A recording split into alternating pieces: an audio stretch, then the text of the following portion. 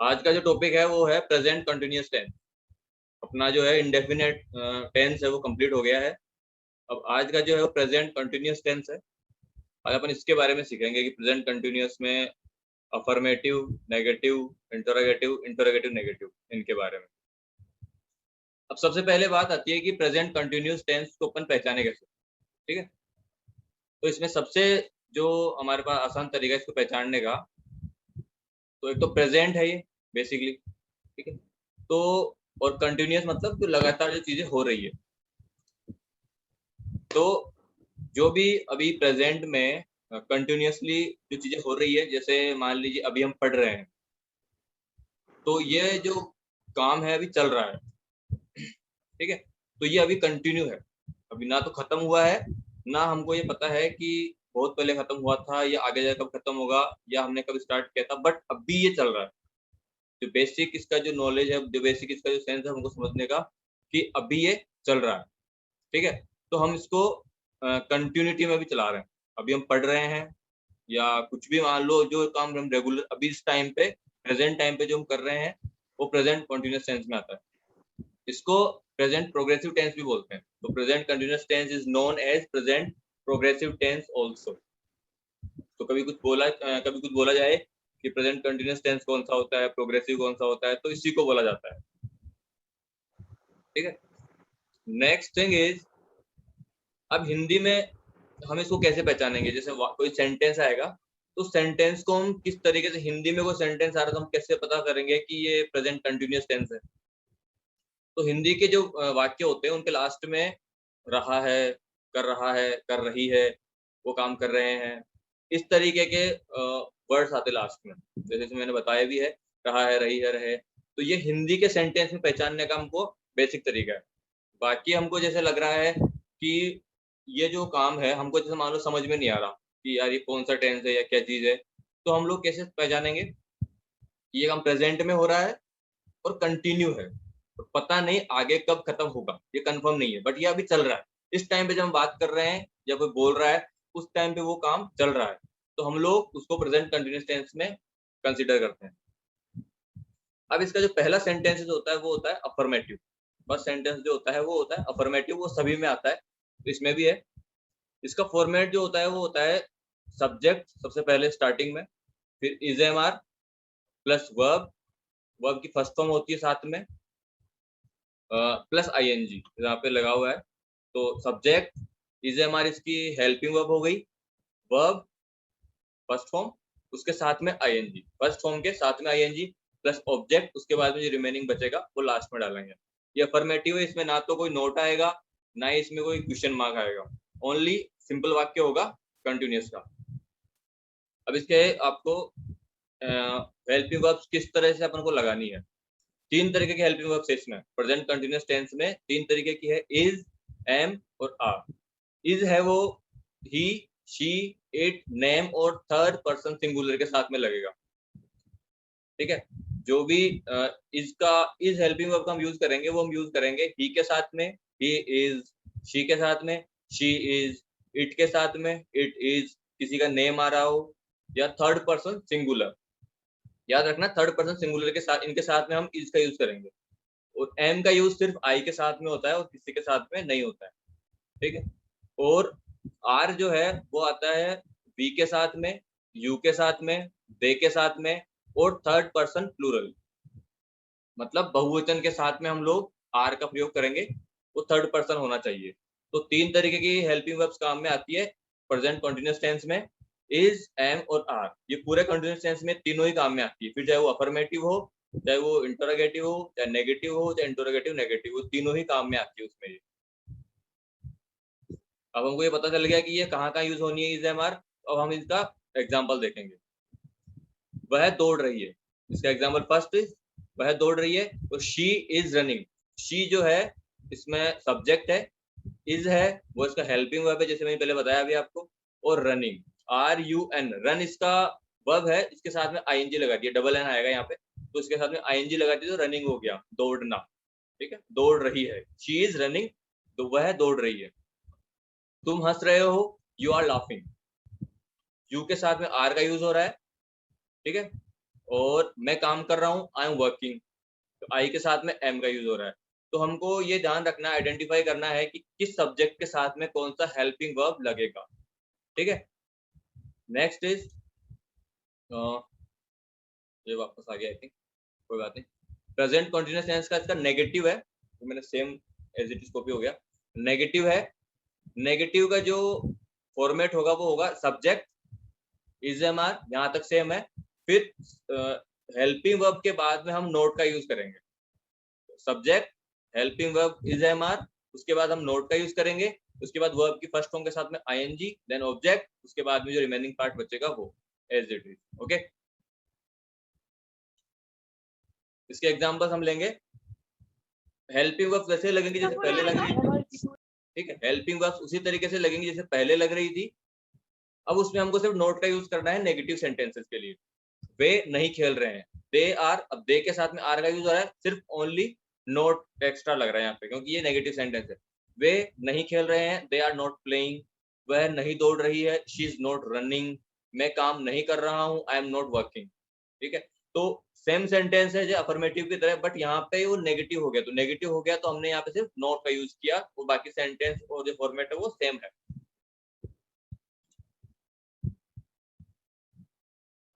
इसके अलावा next interrogative. Interrogative का आपको पता होगा लास्ट में जो है वो क्वेश्चन मार्क लगता है, क्योंकि ये हम इसमें सवाल पूछते हैं, जैसे मैंने कल बताया था क्या से स्टार्ट होता है। ठीक है, तो इसमें जो फॉर्मेट चेंज होगा थोड़ा सा, इसमें जो इज एम आर जो हेल्पिंग वर्ब्स है वो सबसे पहले आ जाएंगी और सेंटेंस स्टार्ट होगा क्या से। क्या तुम नहीं कर रहे हो, या सॉरी तुम क्या क्या तुम नहीं कर रहे हो, क्या तुम नहीं जा रहे हो, मतलब जो पूछ रहा होगा सेंटेंस वो कंटिन्यूस में पूछ रहा होगा, बस स्टार्टिंग में क्या जो वर्ड है वो लग जाएगा इसमें।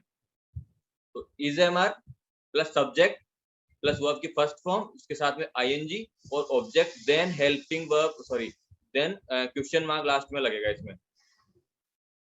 इसके अपन एग्जांपल देखेंगे। क्या तुम सुन रहे हो, आर यू लिसनिंग, क्योंकि क्या पहले आ रहा है सभी में, तो ये इंटरोगेटिव है, तो हम यूज करेंगे हेल्पिंग वर्ब पहले। तो बाकी जो हेल्पिंग वर्ब उसी तरीके से यूज करनी है कि यू के साथ में क्या लगना है वैसे ही लगाना है हमको। एम, अगर एम के साथ क्या मैं सुन रहा हूं तो यहाँ पे आएगा एम आई। क्या मैं सुन रहा हूं तो यहाँ पे आएगा एम आई लिसनिंग। अब यहाँ पे क्या तुम सुन रहे हो तो यहाँ पे आएगा आर यू लिसनिंग। क्या वह सुन रहा है तो क्या वह के साथ में आता है इज, तो इज ही लिसनिंग। क्या वे खेल रहे हैं, आर दे प्लेइंग। क्या वह दौड़ रही है, इज, यहाँ पे जिस तरीके से मैंने बताया इज शी रनिंग। ये हो गया आपका इंटरोगेटिव। अब नेक्स्ट है इसमें इंटरोगेटिव नेगेटिव, जिसमें क्या से सवाल भी पूछा जाएगा, उसके साथ में वो नोट का यूज भी होगा इसमें। तो पहले वाला सेम फॉर्मेट रहेगा, बस इसमें सब्जेक्ट के बाद में नोट का यूज होने वाला है।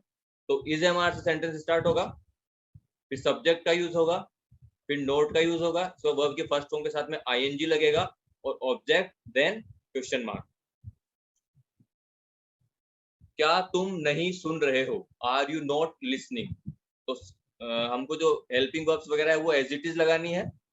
ठीक है, बट यहाँ पे नोट का प्रयोग पहले आएगा, नोट का प्रयोग जो है वो इसमें हो जाएगा क्योंकि नेगेटिव है, तो इसमें नोट का प्रयोग होगा और साथ में इंटरोगेटिव है, तो वाक्य स्टार्ट होगा हमारा हेल्पिंग वर्ब से। तो क्या तुम नहीं सुन रहे हो, आर यू नॉट लिसनिंग। क्या वे नहीं खेल रहे हैं, आर दे नॉट प्लेइंग। क्या वह नहीं दौड़ रही है, इज शी नॉट रनिंग। तो इस तरीके से हमारे ये वाक्य बनते रहेंगे, अफर्मेटिव में, नेगेटिव में, इंटरोगेटिव नेगेटिव में और इंटरोगेटिव में, इन सभी में इस तरीके से वाक्य बनेंगे। हम लोग जब चाहे जब चेंज कर सकते हैं, बस हेल्पिंग वर्ब का ध्यान रखना है, कौन सी हेल्पिंग वर्ब किस तरीके से लगेगी और कहाँ पे लगेगी, ये ध्यान रखना है ओनली हमको। ठीक है, एक बार मैं दोबारा इसको रिवाइज कर देता हूँ।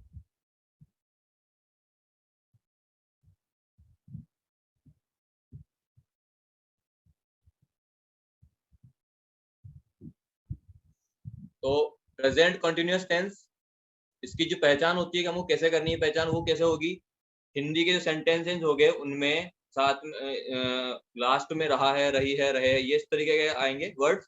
और वैसे हमको नॉर्मली जनरली किस तरीके से पहचानना है, कोई भी हम काम कर रहे हैं, ठीक है, कोई भी हम काम कर रहे हैं तो उसमें अगर वो क्रिया या वो काम अभी चल रहा है, अभी रनिंग में है, अभी कंटिन्यू वो अभी चल रहा है, जैसे अभी हम पढ़ रहे हैं, अभी वो खाना खा रहा है, अभी वो जा रहा है, अभी वो चल रहा है, अभी वो सो रहा है, तो वो जो काम है, जो क्रिया है, जो वर्ब है, वो अभी कंटिन्यू है, वो चल रही है, तो उसके हिसाब से हम इसको पहचानेंगे।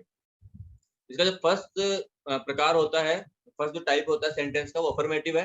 अफर्मेटिव का जो फॉर्मेट होता है, सब्जेक्ट प्लस इजेमार प्लस वर्ब की फर्स्ट फॉर्म, उसके साथ में आईएनजी एंड देन ऑब्जेक्ट। ठीक है।